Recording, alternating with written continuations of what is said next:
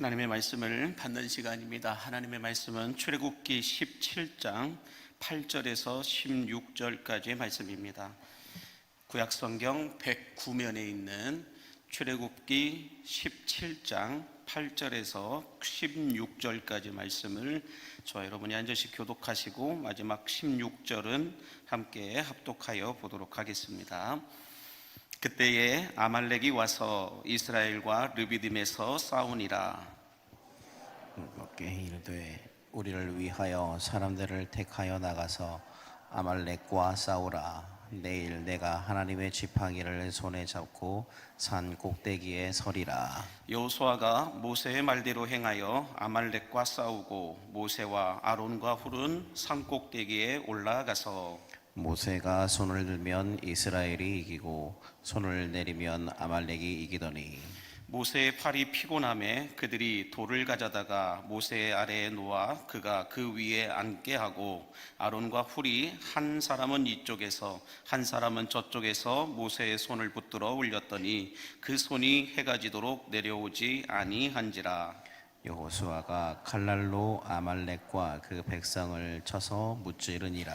여호와께서 모세에게 이르시되 이것을 책에 기록하여 기념하게 하고 여호수아의 귀에 외워 들리라. 내가 아말렉을 없이 하여 천하에서 기억도 못하게 하리라.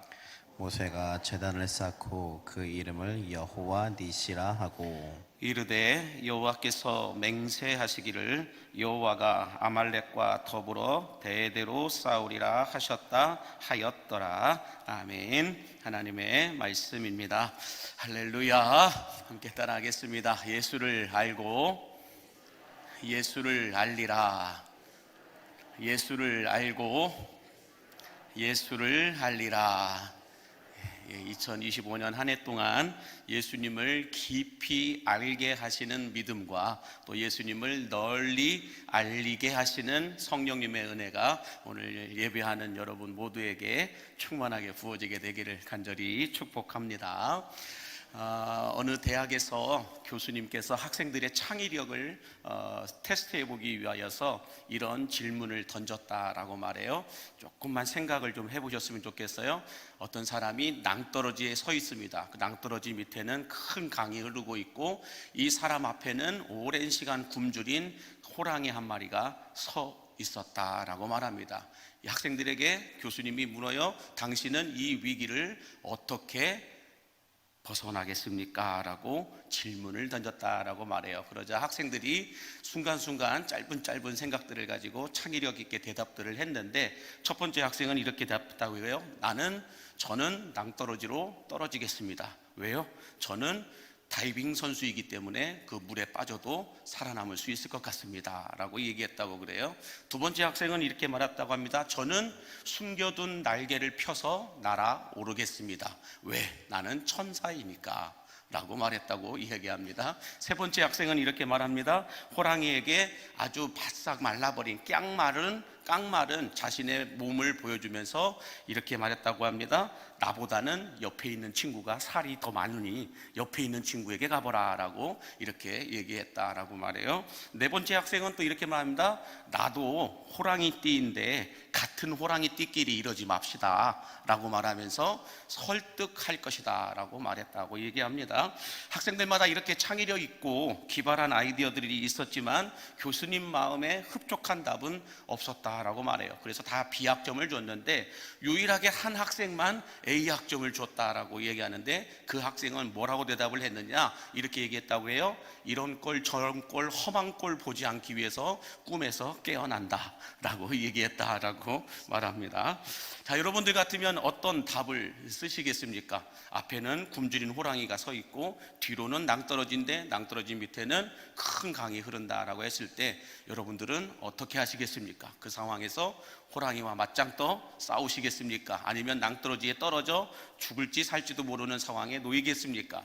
아니면 이 A학점을 받은 학생처럼 험한 꼴 보지 않게 꿈에서 깨어난다라고 말하고 싶습니까?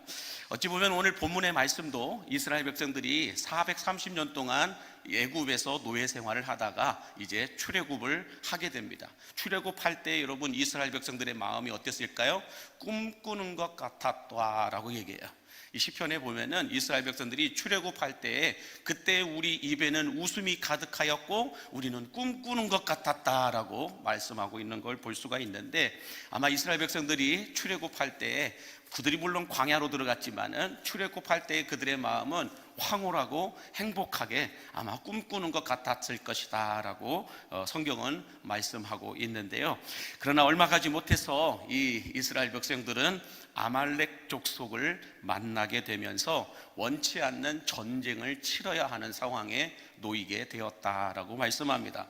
참고로 이 아말렉 족속은 어떤 사람들인가? 이 아말렉 족속은 누구일까? 에서의 후손들입니다. 한번 족보를 보여주시면, 에서의 족보를 보여주시면, 자, 에서가 누구의 쌍둥이 형입니까?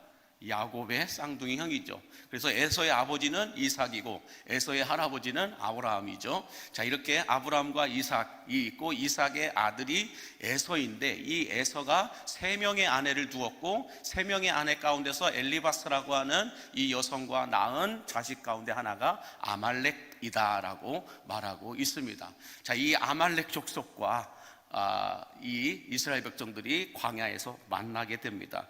그래서 이 아말렉 족속과 원치 않는 전쟁을 치르게 되는데, 여러분 우리가 이 광야를 지나는 이스라엘 백성들을 묵상하다 보면 이스라엘 백성들이 가나안 땅 들어갈 때까지 이스라엘 백성들을 가장 많이 괴롭혔던 족속이 어디냐? 아말렉 족속이라는 거예요. 아말렉 족속이 이스라엘 백성들을 가나안 들어갈 때까지 가장 많이 괴롭혔던 족속이다라고 성경은 증거하고 있는데요. 여러분 우리들도 어찌 보면 마찬가지다라고 틀리지 않을 것 같아요. 죄로부터 출애굽하여서 구원은 받았지만, 죄악으로부터 출애굽하여 구원은 받았지만, 광야 같은 인생을 살아가는 동안 우리 신앙을 흔들어 놓고 건강을 건드려서 꼼짝하지 못하게 하고 우리에게 재정이 다 새어나가게 하고 가정 안에도 거친 비바람이 몰아치게 하는 이 아말렉 족속을 만날 때가 있다라는 것입니다. 여기 앉아 계신 여러분들, 어떤 분들은 제가 보니까 한 50년 이상 사신 분들은 거의 없는 것 같아요. 다 50년 미만 정도 사신 분들만 앉아 계신 것 같은데 농인 거 아시죠? 자, 이렇게 내가 50년, 60년, 70년, 80년을 살아오는 동안에 원치 않는 아말렉을 만났을 경우가 여러분들 많았을 것입니다. 여기 청년들도 많이 앉아 계시는데, 청년들도 지금까지 살아오면서 정말 원치 않는 사람, 원치 않는 사건, 원치 않는 이 아말렉과 같은 상황들을 많이 만났을 것이다 라고 생각이 되어져요. 하여튼간에 이 이스라엘 백성들도 꿈꾸는 것 같은 행복감 가운데서 광야로 들어갔지만, 출애굽을 하였지만 얼마 가지 못해서 아말렉과 전쟁을 치르게 되었다라고 말하고 있습니다. 그런데 이 아말렉이라고 하는 족속은 전쟁에 능한 족속이에요. 전쟁을 그냥 서슴없이 하는 그런 민족이었는데, 이스라엘 백성들은 노예로만 있었지 전쟁을 제대로 한 번도 치러본 적이 없는 사람들이라는 거예요. 그래서 이걸 어떻게 해야 될지 고민하고 걱정하고 염려하는 가운데, 이렇게 원치 않는 아말렉과의 전쟁에서 어떻게 하면 승리할 수 있을까를 놓고 그래도 지도자 모세가 기도하게 됩니다. 기도하게 되는데 어떻게 승리하게 되었는지를 오늘 본문 9절과 10절은 먼저 이렇게 말씀을 하고 있어요. 시작. 모세가 여호수아에게 이르되 우리를 위하여 사람들을 택하여 나가서 아말렉과 싸우라. 내일 내가 하나님의 지팡이를 손에 잡고 산 꼭대기에 서리라. 여호수아가 모세의 말대로 행하여 아말렉과 싸우고 모세와 아론과 훌은 산 꼭대기로 올라가서라고 말하고 있습니다. 자, 이 말씀에 보면 모세가 아말렉과의 전쟁을 위해서 2가지를 준비했다라고 하는 걸 알 수가 있는데, 첫 번째는 여호수아를 통해서 사람을 택하여 군대를 만들어서 나가서 싸우라 이렇게 말씀하고 있습니다. 또 하나는 뭐 합니까? 하나님의 지팡이를 들고 나는 산 꼭대기에 올라가서 영적 전쟁을 치르겠다 이렇게 말씀하고 있는 것을 볼 수가 있습니다. 자, 여호수아에게는 칼을 들고 나가서 백성들과 함께 싸우라라고 얘기하고 있고, 이 모세 자신은 어떻게 해요? 하나님의 지팡이, 이건 뭘까요? 말씀을 가리킵니다. 하나님의 말씀을 들고 산꼭대기에 올라가서 아론과 훌과 함께 나는 기도하겠다, 이렇게 말씀하고 있는 걸 볼 수가 있는데, 다시 말해서 모세는 우리 인생에 원치 않게 찾아오는 이 아말렉과의 전쟁을 승리하기 위해서는 우리가 직접 해야 할 일이 있고 하나님께 매달려야 하는 일이 있다라고 말하고 있는 겁니다. 영적 전쟁이든 원치 않는 아말렉 족속이든 어떤 문제가 찾아오든지 간에 내가 해야 될 일이 있고 하나님께 매달려야 할 일이 있다라고 모세는 우리에게 말해주고 있는 건데요. 그러나 오늘날 크리스천들은 기도로 하나님께 매달리기만 할 뿐 우리가 직접 해야 할 일들은 하지 못할 때가 많이 있습니다. 반대로 기도로 하나님께 매달리지는 않고 자기 소견에 오른 대로 신앙생활하면서 살아가는 크리스천들도 많이 있다라는 거예요. 교회 부흥도 여기에 적용을 해본다고 한다면, 부흥은 하나님 손에 달려있음을 우리는 믿습니다. 다 인정하십니까? 부흥은 하나님 손에 달려있다라고 우리는 믿어요. 그러다 보니 기도만 하고 아무것도 준비하지 않는 교회들이 참 많습니다. 부흥을 위해서 기도만 하지 아무것도 준비를 해놓은 것이 없어요. 반대로 하나님께 매달려 기도는 하지 않고 그냥 대세 따라, 유행 따라, 분위기 따라서 이벤트 사역으로 부흥을 만들려고 하는 교회들도 많습니다. 그래서 어떤 교회가 이거 해가지고 잘 됐더라 하면 그것 갖다가 그대로 씁니다. 어떤 교회가 잘했더라, 이런 프로그램이 좋았더라 하면 그것도 그대로 갖다가 씁니다. 그러나 여러분, 부흥에는 왕도가 없습니다. 부흥에는 왕도가 없습니다. 오직 기도와 말씀으로 영성 온도를 올리면서 신앙의 정도를 걸어가는 교회만이 하나님께서 일으키시는 거품 없는 부흥, 거룩한 부흥을 만날 수 있음을 믿으시기 바랍니다. 부흥에는 왕도가 있는 게 아니에요. 정도만 있어야 돼요. 부흥은 하나님께서 일으키시는 것인데, 하나님께서 일으키시는 부흥은 오직 기도와 말씀으로 정도를 걸어갈 때라야 일어난다는 거예요. 그때 그냥 대세 따라, 유행 따라, 분위기 따라 이것도 조금 저것도 조금 이렇게 한다고 해서 부흥이 일어나는 것이 아니라요, 거품이 없는 부흥, 거룩한 부흥을 만들기 위해서는 오직 기도와 말씀으로 영성 온도를 올려서 정도를 걸어가는 성도들이 있을 때, 정도를 걸어갈 때라야 하나님이 일으키시는 부흥을 만나게 된다라고 말씀하고 있다는 것이죠. 그러므로 바라기는 기도와 말씀으로 신앙의 척도가 분명하고, 척도란 기준을 가리켜 얘기합니다. 우리 신앙의 기준이 분명하고 믿음의 정도를 걸어가는 여러분들을 통하여서 거품만 가득한 부흥이 아니라 거룩이 가득한 부흥이 일어나는 광림교회가 될 수 있기를 주의 이름으로 간절히 축복합니다. 자, 그러면 여러분, 이스라엘 백성들이 이제 이 아말렉 족속과의 싸움을 통하여서 결론은 뭐예요? 승리를 거두게 됩니다. 승리를 거두게 되었는데, 어떻게 이 승리를 거두게 되었는지 그 근본적인 이유를 모세가 이렇게 우리에게 말해주고 있는데, 첫 번째 이유는 뭐라고 얘기합니까? 모세의 기도의 손이 내려오지 않았기 때문이다 라고 말해요. 기도의 손이란 영성 온도라고 바꾸어 설명할 수가 있는데, 모세의 영성 온도가, 모세의 기도의 손이 내려오지 않았기 때문에 이 아말렉과의 전쟁에서 승리할 수 있었다라고 성경은 말씀하고 있는데, 오늘 보면 11절 말씀 한번 볼까요? 시작. 모세가 손을 들면 이스라엘이 이기고 손을 내리면 아말렉이 이기더니. 기준은 뭐예요? 모세의 손이 올라갔냐 내려왔냐예요. 모세의 손이 올라가면 이스라엘이 이기고 내려오면 아말렉이 이겼다라고 말씀하고 있는데, 그래서 여러분, 영적 전쟁의 승패는 무엇을 통해 결정되느냐? 보이는 세계가 아니라 보이지 않는 세계에서 결정된다라고 말씀드릴 수가 있습니다. 다시 말해서 이 원치 않게 찾아오는 아말렉이 있다 할지라도 우리 인생의 생사화복과 흥망성쇠가 하나님 손에 달려 있기 때문에 보이지 않는 하나님과의 관계가 어떤 상태이냐에 따라서 결과가 달라지게 되어 있다라고 말씀하고 있다라는 것입니다.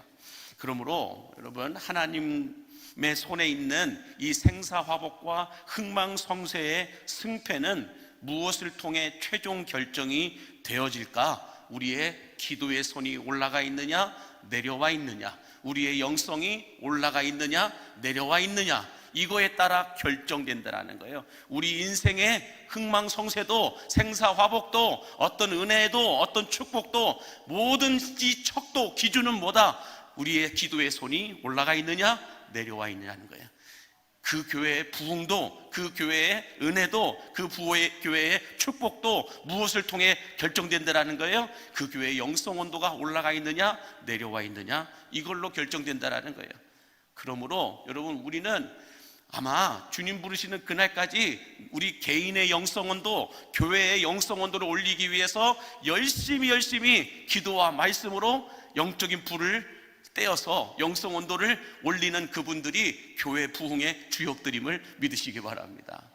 그래서 여러분, 교회의 영성 온도가 올라가도록 한 번 더 예배하고, 한 번 더 기도하고, 한 번 더 말씀을 보고, 한 번 더 섬기고 나누고 베풀고 사랑하면서 영성 온도를 올릴 때라야 그 교회에 거품이 있는 부흥이 아니라 거룩이 있는 부흥이 일어난다라는 거예요. 우리의 인생도 마찬가지입니다. 여기 앉아 계신 분들 가운데서 2025년 잘 되지 않기를 바라는 분이 어디 있겠어요? 다 잘 되기를 바랍니다. 아멘도 안 하시네요. 다 잘 되기를 바라십니다. 그러기 위해서는 어떻게 해야 돼요? 우리 개인의 영성 온도가 올라가야 된다는 거예요. 개인의 영성 온도를 올려야만 보이지 않는 세계에서 내 영혼이 잘된 같이 범사가 잘되게 하여 주시는 은혜가 임하게 된다는 거예요. 그래서 여러분, 누구에게 보이기 위해서 우리 기도하는 거 아니에요. 누구에게 뭐 보이기 위해서 말씀을 보는 것도 아니고, 예배드리는 이유도 누구에게 보이기 위해서 하는 거 아니잖아요. 결국은 누가 보든 말든 내 개인의 영성 온도를 올리기 위해서 우리는 기도하는 거예요. 말씀을 보는 거예요. 그래야만 내 영성 온도가 올라가고 올라가야 하나님께서 정하신 그 거룩한 임계점에 도달했을 때 부어지는 그 은혜가 너무 크고 놀랍기 때문에 여러분, 우리는 영성 온도를 올리는 거예요. 그러므로 여러분, 우리가 올 한 해에도 해야 될 일은 딱 하나예요. 개인의 영성 온도를 올리고 교회의 영성 온도를 올려야 할 줄로 믿습니다. 그래야 영적 전쟁에서 승리하게 되고, 영적 전쟁에서 승리할 뿐만 아니라 흥망성쇠의 축복이 우리에게 부어지게 될 줄로 믿습니다. 그러므로 모세가 이 아말렉 전쟁에서 승리할 수 있었던 첫 번째 비결을 뭐라고 얘기하고 있어요? 모세의 손이 올라갔을 때는 이스라엘이 이기고 내려왔을 때는 이스라엘이 졌다라고 얘기하고 있어요. 결국은 딱 하나예요. 온도를 올리냐 못 올리냐예요. 기도의 손이 올라가 있느냐 올라가 있지 않느냐로 결정된다라고 말씀하고 있습니다. 그러므로 오늘부터 다시 시작하십시오. 여러분의 개인의 영성 온도를 올리고 교회의 영성 온도를 올려주십시오. 그러면 하나님이 일으키시는 거룩한 부흥을 보게 될 줄로 믿습니다. 거룩한 부흥은 거품이 있는 부흥과는 전혀 다른 거예요. 안개 같은 부흥과는 전혀 다른 거예요. 거룩한 부흥은 어떤 시험이 와도, 어떤 환란이 와도 사라지지 않아요. 그렇기 때문에 우리 광림교회의 부흥은 거품만 가득한 부흥이 아니고 거룩이 가득한 부흥임을 믿으시기 바랍니다. 거룩이 가득한 부흥은 딱 하나밖에 없어요. 디모데전서 4장 5절에서 말씀하고 있듯이 오직 기도와 말씀으로 거룩하여 지민이라. 기도와 말씀만이 거룩한 부흥을 만들 수 있다는 것입니다. 그래서 우리 광림교회가 올 한 해 동안 거룩한 부흥을 만들기 위하여 기도와 말씀으로 영성 온도를 올리는 여러분들이 되시기를 주의 이름으로 간절히 축복합니다. 자, 두 번째로 이스라엘 백성들이 아말렉 족속과의 싸움에서 승리할 수 있었던 근본적인 이유를 모세는 또 이렇게 얘기합니다. 두 번째는 기도의 동역자들, 영성 온도를 함께 올리는 동역자들이 있었기 때문이다 라고 말씀하고 있는데, 오늘 본문 12절과 13절 같이 함께 보겠습니다. 시작. 모세의 팔이 피곤함에 그들이 돌을 가져다가 모세 아래에 놓아 그가 그 위에 앉게 하고, 아론과 훌이 한 사람은 이쪽에서 한 사람은 저쪽에서 모세의 손을 붙들어 올렸더니 그 손이 해가 지도록 내려오지 아니한지라. 여호수아가 칼날로 아말렉과 그 백성을 쳐서 무찌르니라. 어떻게 해요? 손이 안 내려오니까 무찔렀다. 근데 손이 내려오지 않도록 누가 있었다라는 거예요? 동역자들이 있었다라는 거예요. 이 모세의 손이 내려오지 않도록 동역했던 사람들이 있다라는 거예요. 그 사람들이 누구예요? 그 사람들이 누구라고 얘기합니까? 여러분의 이름을 대야죠. 아론과 훌이라고 성경은 말씀하고 있는데, 이제는 여러분의 이름을 넣어서 우리 광림교회 영성 온도가 내려오지 않는 동역자로 내가 쓰임받기를 원합니다. 이런 마음으로 내 이름을 대야 되는 거예요. 자, 그래서 이 말씀에 보니까 모세가 산꼭대기에 올라갈 때 하나님의 말씀의 지팡이를 들고 올라가는데 혼자 올라간 것이 아니라 아론과 훌과 함께 올라갔다라고 말씀하고 있는데, 여러분, 만약에 모세가 혼자 올라갔다고 한다면 어떻게 되었을까요? 이스라엘은 참패했을 것입니다. 피곤한 모세의 팔을 들어 올려줄 사람이 없었기 때문이다라고 말씀하는데, 그러나 오늘 본문에서 모세의 팔이 피곤하여 내려오자 함께 올라간 아론과 훌이 어떻게 합니까? 돌단을 쌓습니다. 돌 의자를 만들고 돌단을 쌓아가지고 모세를 거기에 앉히죠. 그리고 난 다음에 양쪽에서 아론과 훌이 모세의 팔을 잡고 같이 해가 지지 않도록, 해가 지도록 같이 모세의 손이 내려오지 않도록 기도하였다라고 말씀하고 있습니다. 자, 이걸 보면서 우리가 한 가지 생각나는 게 있죠. 해가 지도록 모세의 팔이 내려오지 않게 함으로 인하여 전쟁에서 승리하게 되었다. 여호수아도 우리가 이제 다음 시간부터 여호수아를 계속 이어서 묵상하게 될 텐데, 여호수아에도 보면은 어디에서요? 해가 떨어지지 않도록, 해가 떨어지지 않도록 해를 향하여 여호수아가 기도하잖아요. 거기에 머물러 있으라고. 그러니까 해가 지지 않으니까 계속 전쟁에서 승리하게 되었다. 해가 내려오지 않으니까 전쟁에서 승리했다라는 거예요. 마찬가지로 우리의 뭐가 내려오지 않으면, 빛 대신 예수님이 우리 인생에서 내려오지 않으면, 또 우리의 영성 온도가 내려오지 않으면 전쟁은 승리하게 된다는 거예요. 부흥은 일어나게 된다는 거예요. 그런 것처럼 여러분들, 이 손이 내려오지 않게 하기 위해서는 동역자들이 필요합니다. 목사가 아무리 똑똑해도, 목사가 아무리 잘해도 혼자는 감당이 안 됩니다. 혼자는 할 수가 없다라는 거예요. 그래서 목사 옆에 동역자들이 필요하다라는 거예요. 아론과 훌 같은 동역자들이 필요하다라는 것입니다. 또 여러분들도 마찬가지죠. 어느 기관이나 부서나 어떤 사역들을 감당할 때 혼자 감당할 수 있습니까? 못 써요. 옆에 함께 해주는 동역자들이 있을 때라야 감당이 되는 거예요. 자, 그렇다면 여기서 우리가 한 가지 얻을 수 있는 교훈이 있는데, 자, 우리에게는 뭐가 필요하냐? 세겹줄의 은혜가 필요함을 믿으시기 바랍니다. 세겹줄의 동역, 세겹줄의 협력, 세겹줄의 어떤 은혜, 이것들이 필요하다라고 말씀드릴 수 있는데, 전도서 4장 12절에 보면 이런 말씀이 있죠. 우리가 잘 알고 있는 말씀이에요. 시작. 한 사람이면 패겠거니와 두 사람이면 맞설 수 있나니 세겹줄은 쉽게 끊어지지 아니하니라. 세겹줄은 쉽게 끊어지지 아니하니라 라고 말씀하는데, 여러분, 교회의 부흥도, 기업의 성장도, 가정의 행복도, 우리 인생의 축복도 여러분 계속해서 일어나기 위해서는 세겹줄의 은혜가 필요함을 믿으시기 바랍니다. 세겹줄의 은혜가 필요하다는 거예요. 예수님도 겟세마네 동산에 기도하러 올라가실 때 여러분들 제자들과 다 같이 갔지만 딱 3명만 데리고 따로 한적한 곳으로 더 가셨어요. 그게 누굽니까? 예수님도 12 제자들과 같이 갔지만, 겟세마네 동산에 기도하러 가셨지만 거기에서 따로 3명만 데리고 기도하러 가셨어요. 그 사람들이 누구예요? 유성남. 여러분의 이름을 대야죠. 물론 성경은 베드로, 야고보, 요한이라고 말하고 있죠. 이 베드로, 야고보, 요한, 이 3사람만 따로 데리고 기도하러 갔고, 어떤 죽은 자를 살릴 때도, 달리다굼 소녀를 일으킬 때도 베드로, 야고보, 요한, 이 3사람만 따로 데리고 갔죠. 그때 이 세겹줄을 예수님도 같이 동역하면서 사역하고 있는 걸 볼 수가 있듯이, 우리들도 여러분 마찬가지예요. 나에게 누군가가 동역해 주기를 원하는 것이 아니라 내가 동역하기 위해서 다가가는 거죠. 그래서 저는 여러분들이 우리 광림교회 세겹줄이 되는 은혜가 있게 되기를 바랍니다. 그래서 세겹줄의 동역을 함께 이룸으로 말미암아 그냥 내 부서만 나는 책임지고 다른 부서는 어떻게 되든 말든 관심 없어, 이게 아니라요, 다른 부서에 도움이 필요한 게 없나 같이 가서 도와주는 거예요. 이 세겹줄이 같이 모일 때 끊어지지 않는다라고 얘기하는 거죠. 다른 부서 막 힘들어하는데 쌤통이다 이렇게 생각하면 큰 동역이 아니라는 거예요. 다른 부서가 힘들어하면 같이 가서 내 손이라도 보태줄 게 없을까? 청년부가 힘들다고 하면 우리 청년들이 위해서 가서 내가 뭘 도와줄 게 없을까? 이음교구가 힘들다면 내가 가서 이음교구를 위해서 도와줄 수 있을 게 뭐가 있을까? 교회 학교가 힘들다고 하는데 내가 교회 학교 가가지고 힘든 게 도와줄 수 있는 게 뭐가 있을까? 뭔가 모르게 교회 안에 구석구석에서 사역들이 이루어지는데 그 사역을 내가 도울 수 있는 게 뭐가 있을까? 가서 이 사역을 위해서 내가 평가해주고 비평해주고 판단해주고 이런 거 말고요, 가서 도와줄 수 있는 게 뭐가 있을까?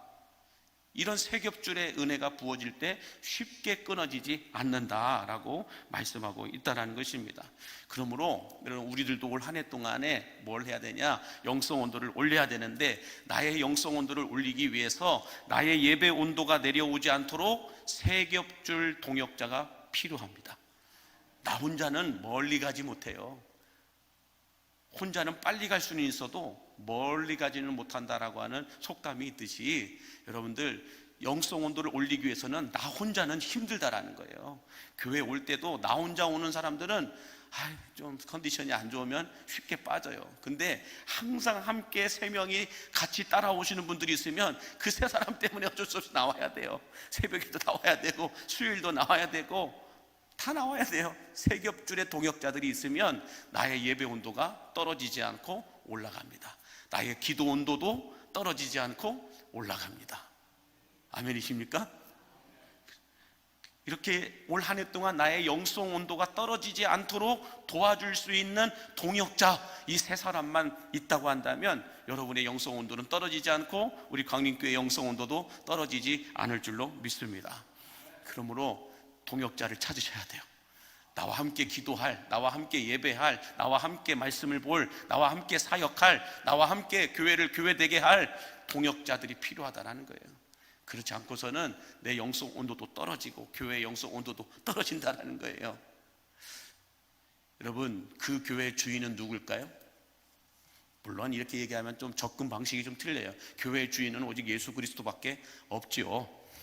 나라의 주인은 국민이라고 하지만 그래도 크리스천들 입장에서 나라의 주인은 누구일까? 그 나라를 위해 기도하는 사람이에요. 대통령도 아니고 국회의원들도 아니에요.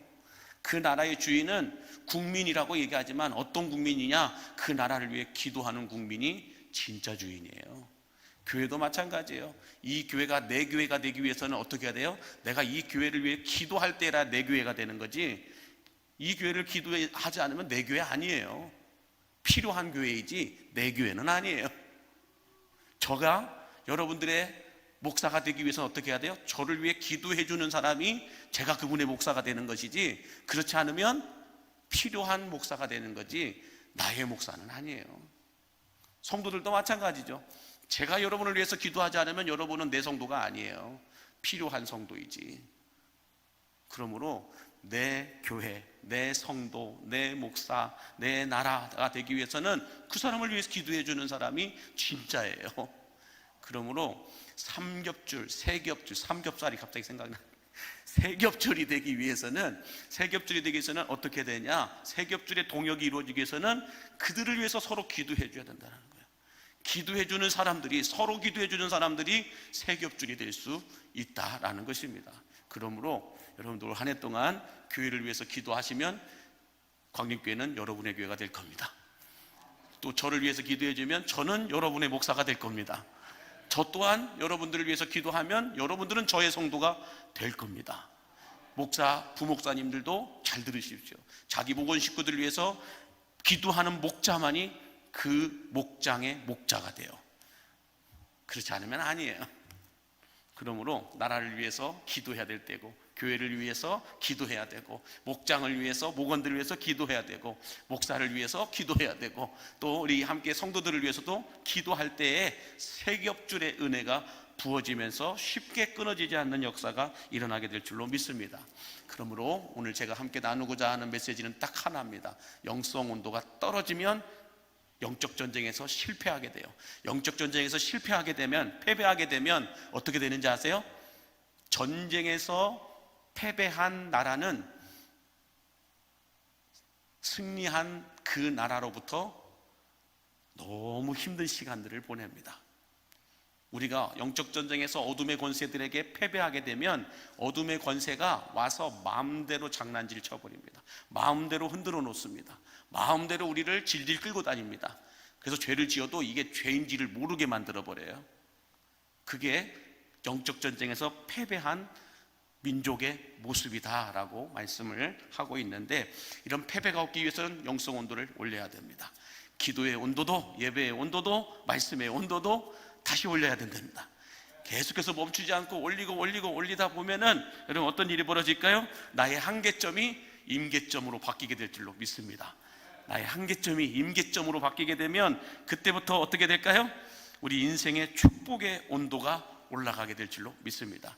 우리 인생의 잘됨의 온도가 올라가게 될 뿐만 아니라 하늘에서 받을 상급의 온도도 올라가게 될 줄로 믿습니다.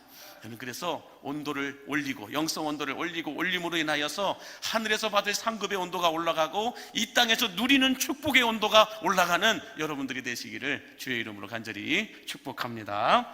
기도하겠습니다. 만복의 근원 되신 하나님 아버지, 예고 없이 찾아오는 인생의 아말렉 족속과 같은 어려운 문제들을 우리가 잘 이겨낼 수 있도록 기도의 손이 내려오지 않게 하여 주시고, 세겹줄의 동역자들과 함께 영성 온도를 올리게 하여 주시어서 은혜의 온도도 올라가고 축복의 온도도 올라가고 영성의 온도도 올라가게 하여 주시어서 하늘의 상급이 쌓이게 하여 주시옵시고 이 땅에서 누리는 최고의 축복도 쌓이게 하여 주시옵소서. 예수님의 이름으로 축복하며 기도하옵나이다. 아멘.